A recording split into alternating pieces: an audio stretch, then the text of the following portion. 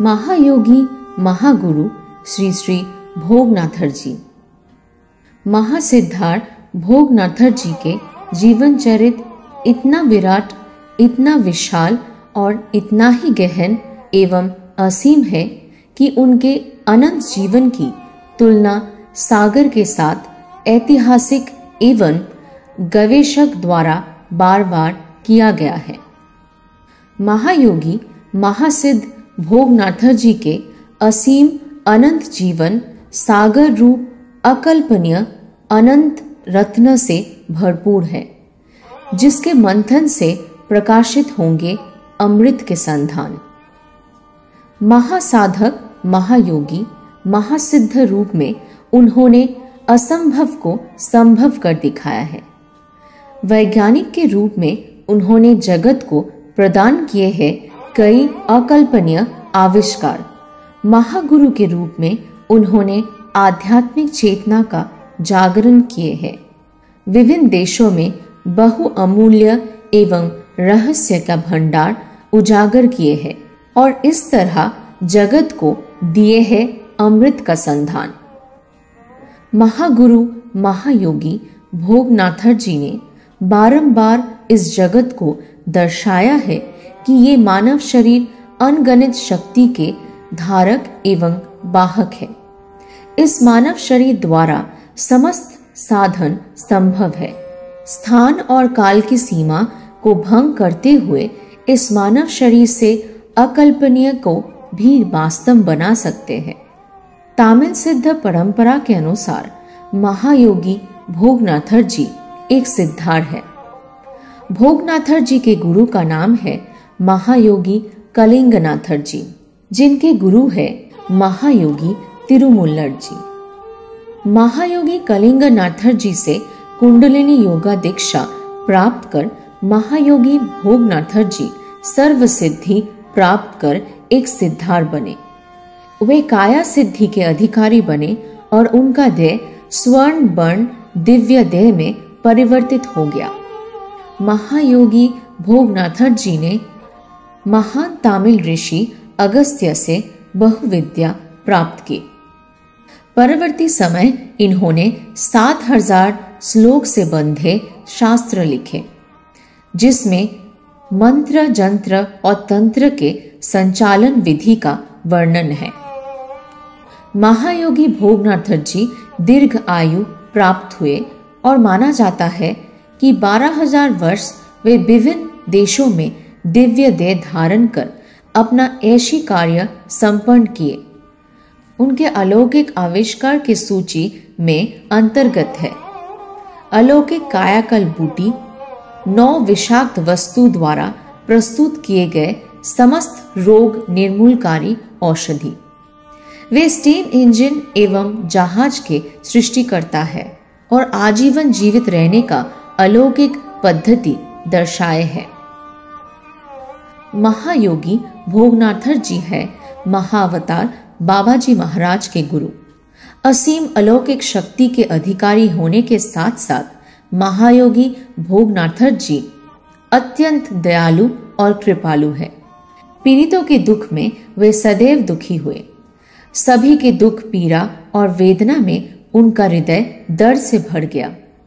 दूसरे के दुख में वे त्राता रूप धरकर सबसे आगे आए एवं इस तरह उन्होंने अपना समस्त साधन और अपना समस्त जीवन साधारण मनुष्य को उत्सर्ग किए।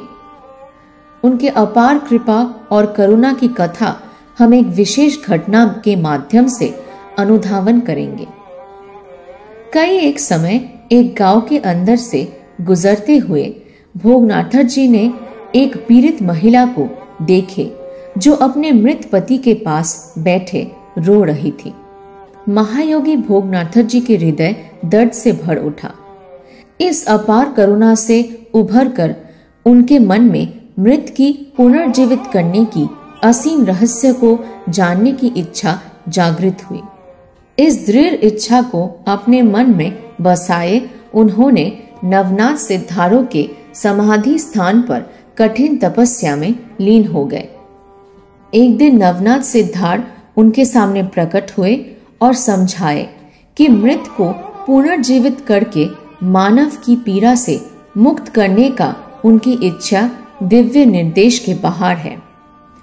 जो मनुष्य अपने मृत निकटजन के हेतु पीड़ित है, वे इस पीड़ा में ज्यादा समय नहीं रहेंगे। वे इसे सिर्फ बहुत जल्द ही नहीं भूल जाएंगे, सहजता से वही गलती दोबारा करेंगे और संस्थाई वस्तु में अपना समय ज्यादा व्यतीत करेंगे। मनुष्य के स्वभाव का वर्णन करते हुए नवनाथ सिद्धारों ने कहा, क्योंकि भोगनाथर जी प्रकृति की विधान को मानने के लिए तैयार नहीं है, इसीलिए उनकी सकल सिद्धि जो उन्होंने कठिन तपस्या से प्राप्त की है, वह लुप्त हो जाएगी।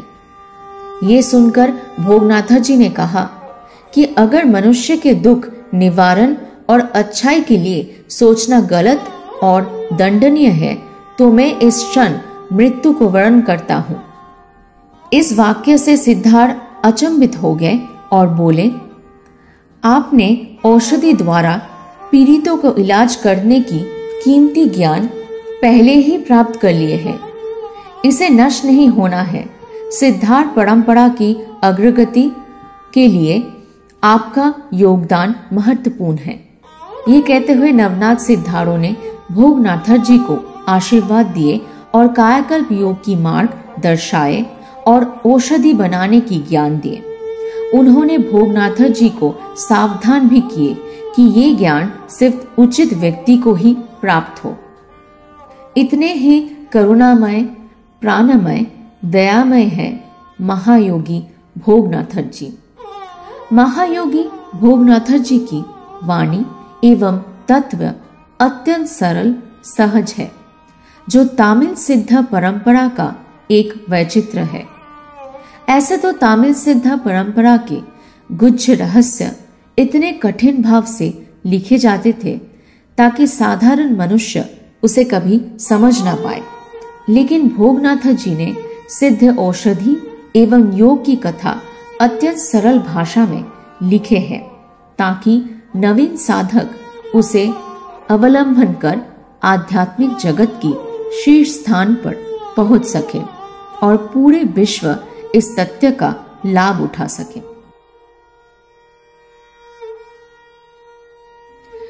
श्री श्री महाअवतार दादाजी महाराज ने महायोगी महागुरु भोगनाथर जी पर एक नई राग का सृजन किए हैं। इस राग का नाम है राग भोगनाथ। श्री श्री महाअवतार दादाजी महाराज इस राग के स्वर में ही महायोगी महागुरु भोगनाथर जी को समर्पित गीत की रचना किए हैं और इस गीत को गा रहे हैं संदीप्त मजुमदार।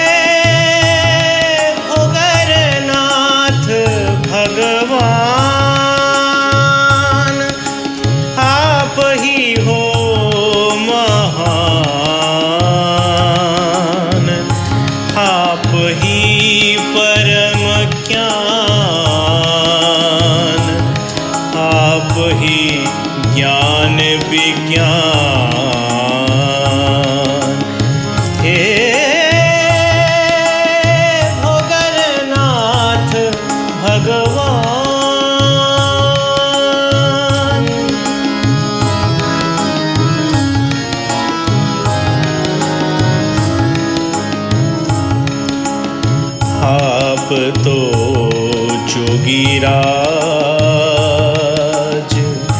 आप तो राजाधिराज, आप तो जोगीराज, आप तो राजाधिराज। आप हो विराट पुरुष, आप हो जोगी महान। हे भोगरनाथ भगवान, आप ही हो महान। आप ही परम ज्ञान, आप ही ज्ञान विज्ञान। हे भोगरनाथ भगवान।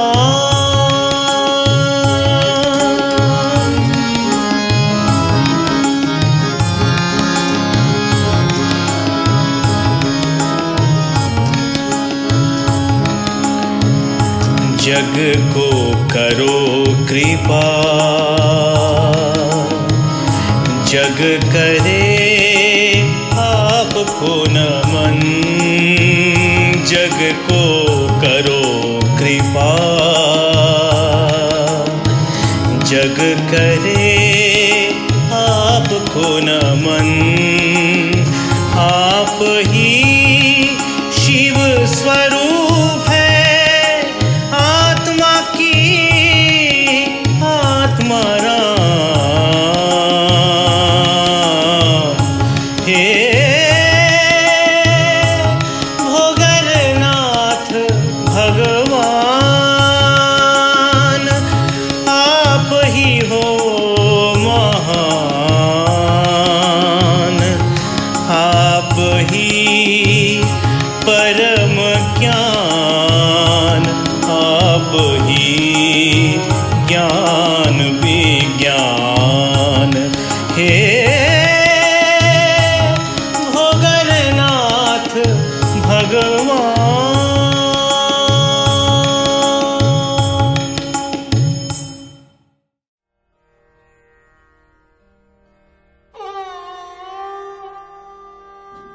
महायोगी भोगनाथर जी एक अलौकिक कायाकल्प बूटी तैयार किए विभिन्न जड़ी बूटियों के संमिश्रण से।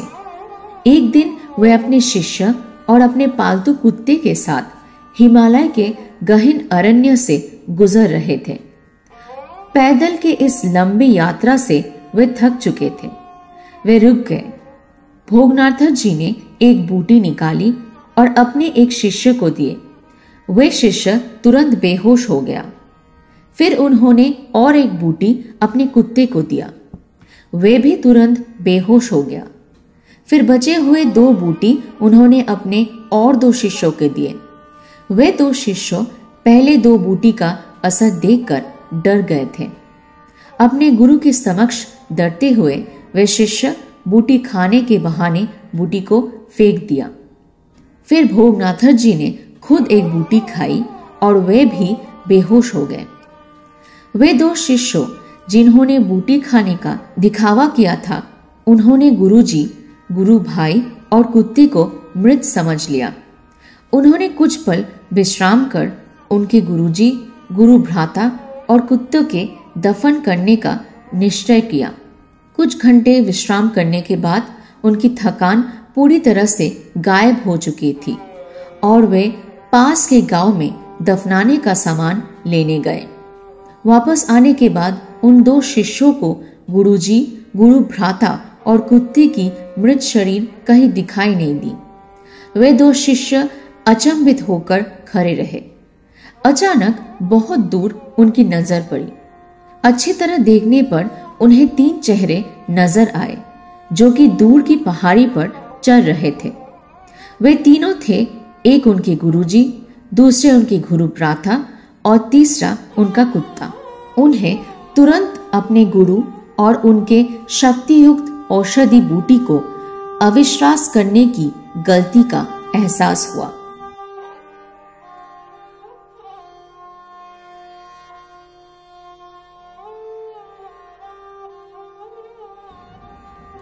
महायोगी भोगनाथर जी जब कायाकल्प बूटी तैयार करने की सभी ज्ञान और तरीके हासिल कर लिए, तभी उन्होंने आने वाले सभी सिद्धारों के लिए तथा पीड़ित मनुष्य के भलाई के लिए ये बूटी तैयार करने का निश्चय लिया।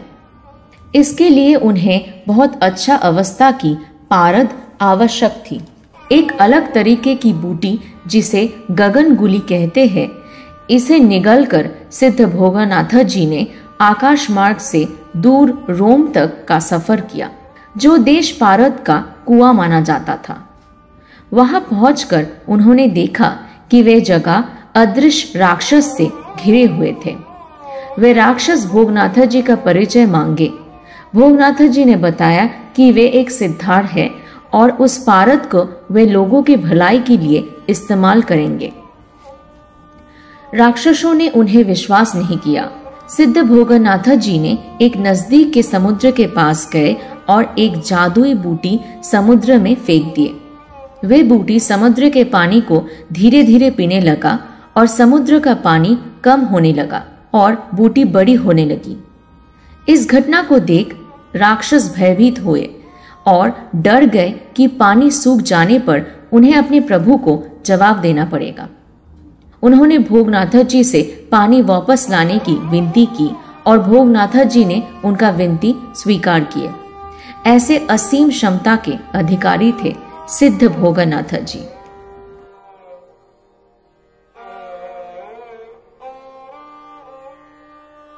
भोगनाथ जी को यह ज्ञात था कि आने वाले समय में और कलियुग में मनुष्य अनगणित बीमारी का शिकारी बनेंगे।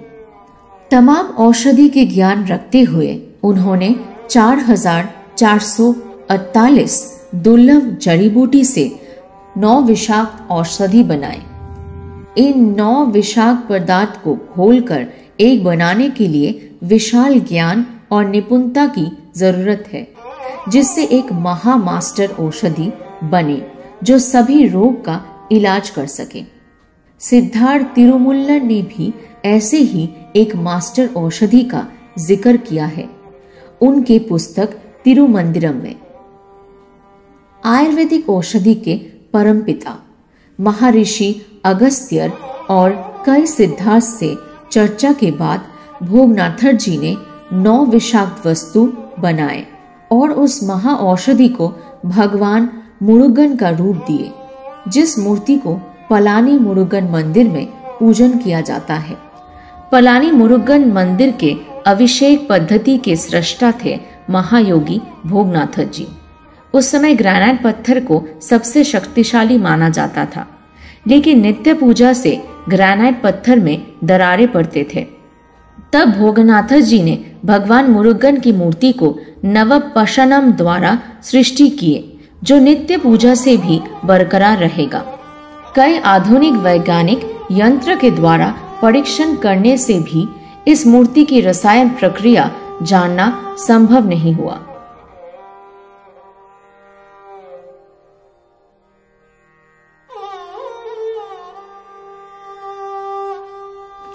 महायोगी महागुरु सिद्धा भोगनाथ जी जगत कल्याण के लिए विभिन्न देश में साधन प्रणाली का प्रचलन किए, जिसमें चाइना और दक्षिण अमेरिका का नाम विशेष रूप से उल्लेखनीय है।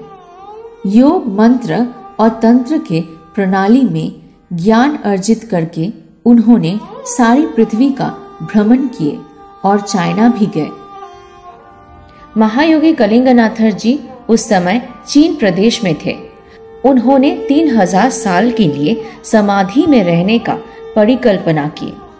तभी वे टेलीपैथी के माध्यम से शिष्य भोगनाथ जी को चाइना बुलाए। महायोगी कलिंगनाथर जी चाइना में अपने ऐसे कार्य संपन्न करने के लिए भोगनाथर जी को नियुक्त किए। वे कई बार चाइना गए और चीनी लोगों को सिद्ध विज्ञान, औषधि, योग और पुराने कला की प्रशिक्षण दिए।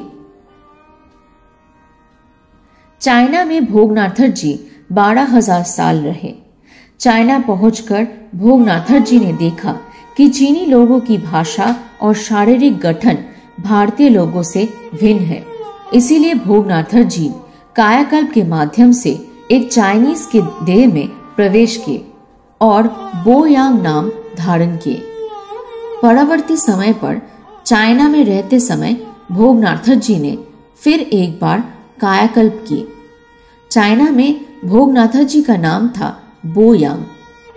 वो शब्द भोगम शब्द से उद्धृत हुआ है, जिसका अर्थ है आध्यात्मिक सुख और आनंद प्राप्ति।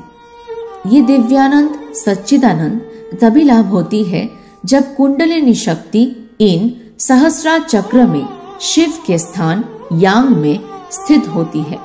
आध्यात्मिक जगत के इस चरम उपलब्धि में महायोगी सर्वदा वास करते हैं और आध्यात्मिक जगत के शीर्ष में पहुंचने का रास्ता वे दिखाते हैं।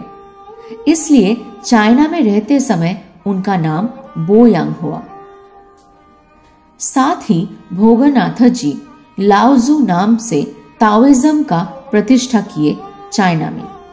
चाइनीज भाषा में भोगनाथर जी कई आध्यात्मिक ग्रंथ रचना किए। महायोगी भोगनाथर जी अलौकिक सिद्धियों के अधिकारी होने के साथ साथ एक विशिष्ट वैज्ञानिक और आविष्कारक भी थे।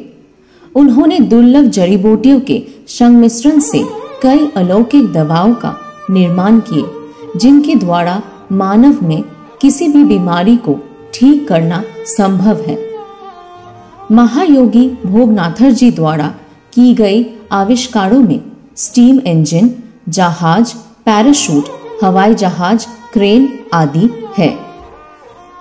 इन सभी बातों का गहन वर्णन महायोगी भोगनाथर जी के पुस्तकों में मिलता है। भोगनाथर जी अपना खुद का बनाया गया हवाई जहाज और पैराशूट के द्वारा चाइना गए थे और वहां के लोग उनके चमत्कारी खोज से चकित हो गए। इसके साथ ही उन्होंने स्टीम इंजनों द्वारा संचालित गाड़ी और जहाज का निर्माण किया। वे अपने खोजे गए जहाजों और गाड़ी द्वारा कई लोगों को विभिन्न स्थानों पर ले गए। भोगनाथर जी अपने स्टीम इंजन द्वारा संचालित गाड़ी से जेरूसलम और मक्का भी गए और सभी अनुभवों के बारे में लिखे। महायोगी भोगनाथर जी अपने शिष्य पुलिपानी के साथ चीन से तमिलनाडु लौटे। तंजौर के राजा के अनुरोध पर महायोगी भोगनाथर जी तंजौर आए। उस समय तंजौर में बृहदेश्वर शिव मंदिर का निर्माण कार्य चल रहा था, लेकिन किसी को समझ नहीं आ रहा था कि 80 टन का पत्थर 200 फीट की ऊंचाई तक कैसे पहुंचेगा। तब महायोगी भोगनाथर जी ने एक क्रेन बनाया, जिसके माध्यम से ये असंभव कार्य संभव हो सका। आज तंजौर में ये मंदिर दुनिया में एक अलौकिक रचना है। उस युग में कितने हजारों साल पहले महायोगी भोगनाथर जी ने अलौकिक तरीके से ऐसे आधुनिक प्रयुक्ति का सृजन किए। महायोगी भोगनाथर जी का जीवन कई अलौकिक घटना से परिपूर्ण है, जो उनकी असीम ज्ञान और अलौकिक सिद्धि को दर्शाता है। एक दिन भोगनाथर जी एक गांव के अंदर से गुजर रहे थे। इतना रास्ता चलने के कारण तृष्णा से उनका गला सूख गया था। तब वे एक घर में जाकर पानी मांगे। उस गृह में तब कुछ ब्राह्मण पंडित मंत्र उच्चारण करके वैदिक यज्ञ कर रहे थे। सहज सरल पोशाक के अंतराल में छिपे भोगनाथर जी का अलौकिक दिव्य परिचय को वे समझ नहीं सके। अहंकार से अंध थे वे और यज्ञ में विघ्न घटित होगा, इस आशंका से वे भोगनाथर जी को विदाई किए और वहां से चले जाने को कहा। उन ब्राह्मणों का अहंकार नाश करने के लिए भोगनाथर जी ने एक लीला का रचना किया। सामने में एक बिल्ली थी। भोगनाथर जी ने बिल्ली के कानों में कुछ मंत्र पढ़े। तुरंत ही बिल्ली ने उच्च स्वर में वैदिक मंत्र पढ़ना चालू कर दिया। ब्राह्मण पंडित ये देखकर हतचकित हो गए कि एक बिल्ली के मुंह से वैदिक मंत्र उच्चारण हो रहा है। उन्होंने सोचा कि जिनके स्पर्श मात्र से एक बिल्ली के मुंह से वैदिक मंत्र उच्चारित हो सकते हैं, ते वे कितने उच्च कोटि के महायोगी हैं। ये बात ब्राह्मणों के कल्पना के बाहर था। वे अपने गलती का एहसास कर तुरंत भोगनाथर जी से क्षमा याचना किए। भोगनाथर जी भी उन्हें क्षमा करके उनका अहंकार से मुक्त किए।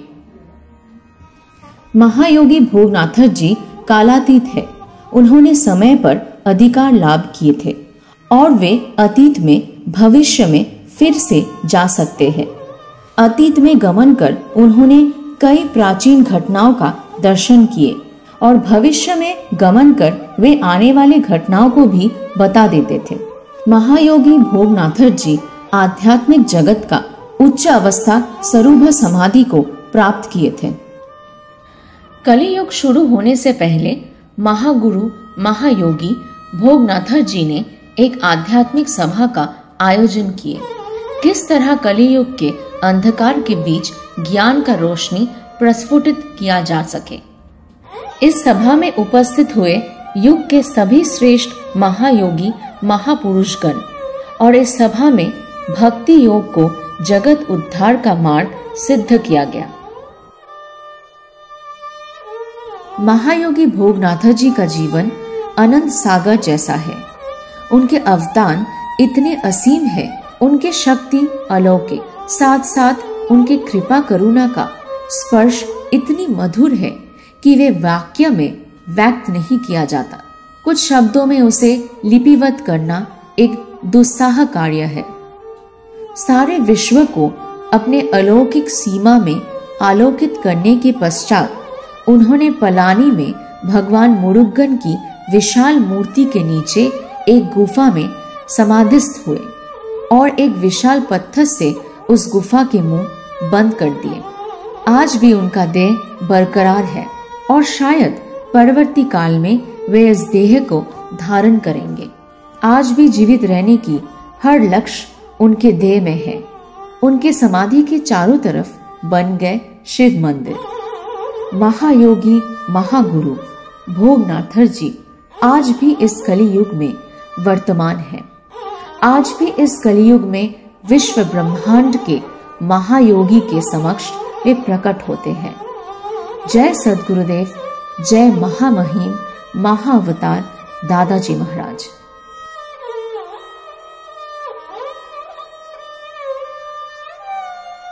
महाअवतार श्री श्री दादाजी महाराज ने महायोगी महागुरु भोगनाथर जी को एक गीत समर्पित करके लिखे हैं और इस गीत को एक अनोखे धुन में संगीतबद्ध किया है। महाअवतार श्री श्री दादाजी महाराज द्वारा रचित ये गीत अब संदीप्त मजुमदार द्वारा गाया जा रहा है।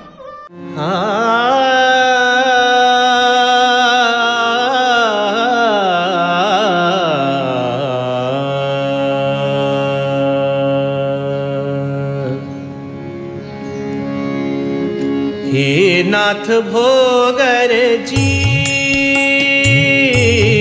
हे नाथ भोगर जी,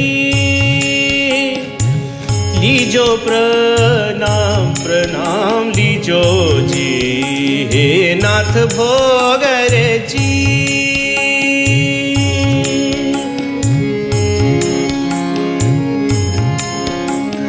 तुम ही अमर जोगी गुरु कलिंग नाथार नाम। प्रणाम प्रणाम तुम्हें भोगर नाथार, प्रणाम प्रणाम तुम्हें भोगर नाथार। भोगर नाथार भगवान, हे नाथ भोगर जी, लीजो प्रणाम प्रणाम लीजो जी। हे नाथ भोगर जी,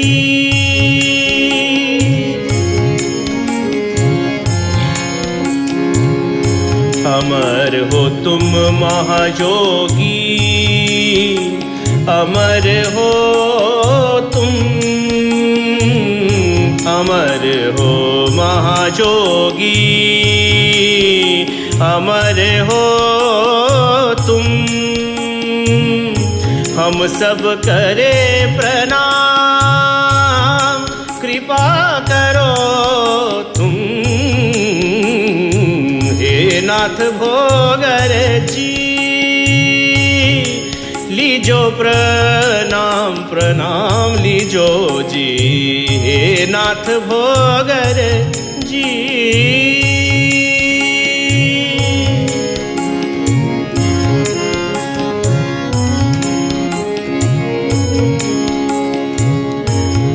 जगत को दिए कितने कुछ, ना जाने शुरू आदि।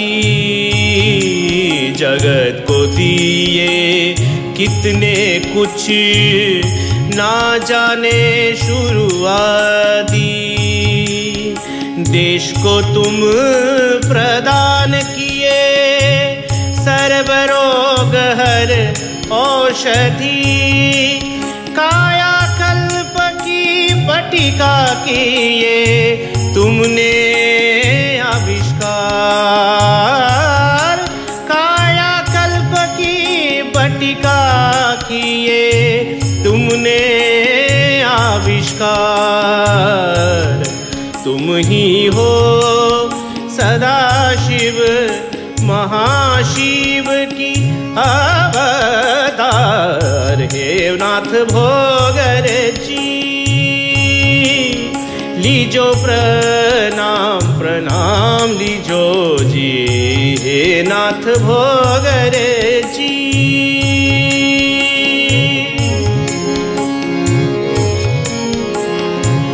किए तुमने औषधि मूर्ति का अद्भुत निर्माण। किए तुमने औषधि मूर्ति का अद्भुत निर्माण। अद्भुत धातु की मूर्ति निर्माण किए है महाजन। उड़ो जहाज की आविष्कार किए तुम हे जोगी। उड़ो जहाज की आविष्कार किए तुम हे जोगी। वायु चालित जहाज निर्माण किए है तुम, हे नाथ भोगर जी। लीजो प्रणाम प्रणाम लीजो जी, हे नाथ भोगर जी।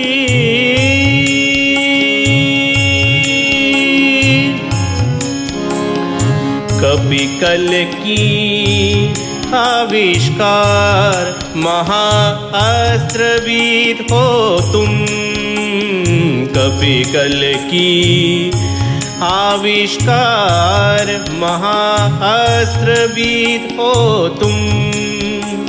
अमर होने का औषधि आविष्कार किए हो तुम।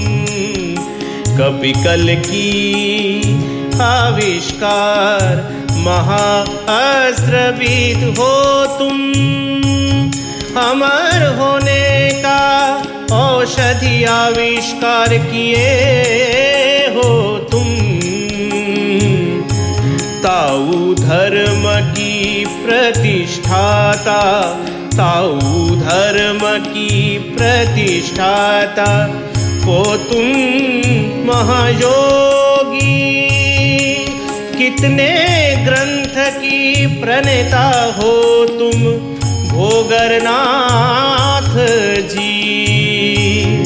जग जन करे तुम्हें प्रणाम, जग जन करे तुम्हें नमन।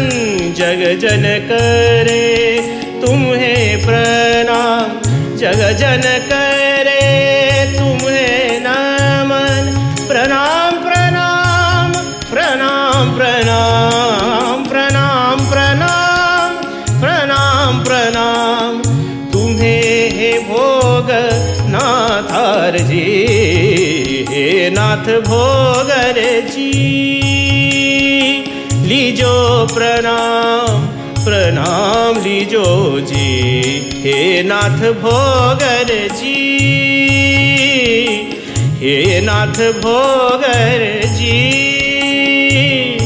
हे नाथ भोगर जी।